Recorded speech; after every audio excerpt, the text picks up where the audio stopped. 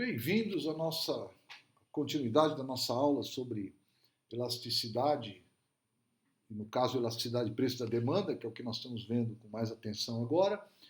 Relembrando aí então que a elasticidade e preço da demanda é a variação percentual da quantidade demandada dividida pela variação percentual do preço, certo? Como nós vimos isso na aula anterior. Se você tiver dúvidas sobre isso, volte para a primeira aula sobre elasticidade, reveja essa aula. Então, como uma divisão, né? A elasticidade é uma divisão entre a percentagem da quantidade demandada pelo percentual da variação do preço, então só tem três respostas possíveis, né? Em módulo, né? Nós estamos desprezando os sinais, então essa elasticidade pode ser maior que 1, menor que 1 ou exatamente igual a 1. Se é maior que 1, nós dizemos que a demanda é elástica, porque então a quantidade variou mais do que o preço. Se for menor do que 1, nós dizemos que é uma demanda inelástica, porque a variação da quantidade é inferior à variação do preço. E existe sempre a possibilidade teórica, pelo menos, de uma variação de proporções iguais, naturalmente na direção contrária, por causa da lei da demanda, né? Quando o preço sobe, a quantidade cai e vice-versa. Mas nós podemos imaginar uma situação em que o preço subiu 10% e a quantidade demandada caiu exatamente 10%. Primeiro caso, é uma curva de demanda perfeitamente inelástica, ou seja, elasticidade zero, inelasticidade total. O que quer dizer isso?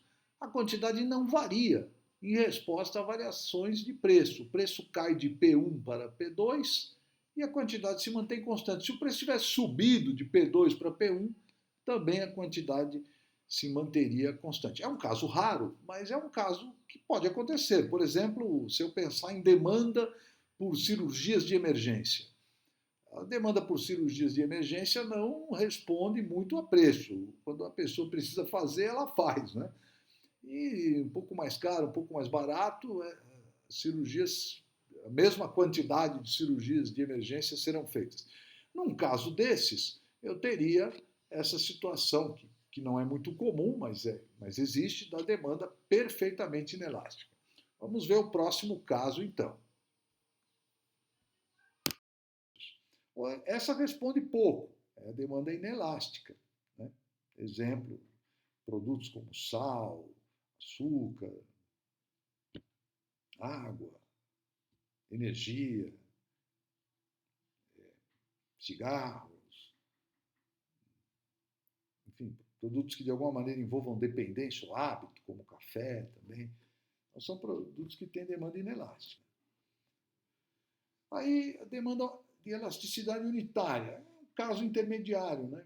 Pode acontecer, né, de uma queda de preço de 10%, por exemplo, gerar um aumento na quantidade de exatamente 10%.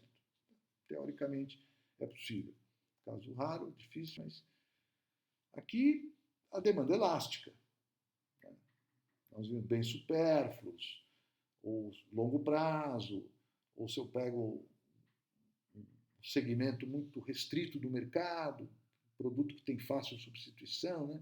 Então, todas essas situações geram demandas elásticas, onde a quantidade responde muito mais, varia muito mais proporcionalmente do que o preço. Né? E aqui, isso me parece mais um caso teórico, não saberia nem que exemplo dar. É só para completar, né? É possível, pelo menos na matemática, né? Imaginar a situação de uma demanda infinitamente elástica, que é o oposto da demanda inelástica, né? Aquela que a quantidade não varia. Nessa aqui, a quantidade varia e o preço não. Não, tá, tudo bem, completou todas as possibilidades lógicas, mas isso aqui não me ocorre nenhuma intuição do que isso aqui poderia significar no mundo real. Então, olha, um caso aqui, um caso de livro-texto, né? Uma função bem comportada, tal, uma demanda linear. Veja que, nesse exemplo aqui, a elasticidade ela não é constante ao longo de toda a função demanda. ela é variável. Veja que se eu pegar o intervalo entre as quantidades 0 a 20, preço 20 a 30, né, aquele primeiro intervalo, o roxinho ali, eu tenho uma variação proporcional aí no, na quantidade de 200%, né, porque eu estou usando ponto médio, né, uma variação de 20 sobre 10. Né, e é uma variação no preço de 40%. Tá? Então tem uma elasticidade de 5. Se eu pegar o segmento ali, aquele segmento verde, eu terei 67 sobre 67, que dá apenas 1. E se eu pegar o segmento ali meio ocre, né? Parece ocre, aquela cor ali, marrom claro, ali, é 40% sobre 200%, 0,2. Tá? Então, veja, eu tenho segmentos, né, diferentes na mesma curva de demanda. Tá? Agora vamos ver como nós podemos usar derivadas para fazer um cálculo mais preciso da elasticidade preço da demanda, inclusive nem precisando de um intervalo, bastando ter um único ponto. Claro que a gente vai precisar então conhecer a função demanda. Vamos ver como isso é conceitualmente, depois um exemplo. Veja, a elasticidade é a variação percentual da quantidade dividido pela variação percentual do preço. Eu posso manipular essa divisão de frações, transformá-la numa multiplicação, né, invertendo o denominador dessa divisão e depois rearranjando os termos. Eu chego no último termo ali, ΔQ sobre ΔP, vezes P sobre Q. Muito bem, ΔQ sobre ΔP é exatamente a derivada, a primeira derivada da função quantidade demandada com relação a preço, multiplicado pela proporção entre o preço e a quantidade. Vamos ver como isso funciona num exemplo. Olha aí, eu tenho que ter a função demanda. No caso, eu posso deduzir que a quantidade demandada é a função 60 menos 2P, porque 60 é a quantidade que é demandada se o preço for de graça. Preço zero, quantidade 60. A cada real que o preço aumente, 2 unidades a menos são vendidas, ao preço de 30, nenhuma unidade é vendida. Então, minha função demanda é 60 menos 2P. A derivada dessa função com relação a preço, menos 2. O sinal é desprezível aqui, porque nós sabemos que ele vai ser sempre negativo e a importância é a magnitude da elasticidade, se é maior que 1, igual a 1 ou menor que 1. Então, se eu quiser aquele primeiro intervalo roxinho ali, entre os preços 20 a 30 e a quantidade 0 a 20, se eu pegar exatamente o ponto intermediário, né, que é o preço de 25 e a quantidade de 10, eu tenho ali, então, 2 vezes, né, derivada 2 vezes 25 dividido por 10, eu vou encontrar 5, que é a elasticidade nesse ponto. Veja que é o ponto médio. Se eu quisesse calcular no ponto, onde o preço é igual a 30, a quantidade igual a 0, eu teria outro resultado. No ponto em que o preço é 20 e a quantidade é 20, também teria outro resultado. Na verdade, aquele valor de 5 que a gente atribui ali ao primeiro intervalo, ele só é preciso mesmo no meio, né?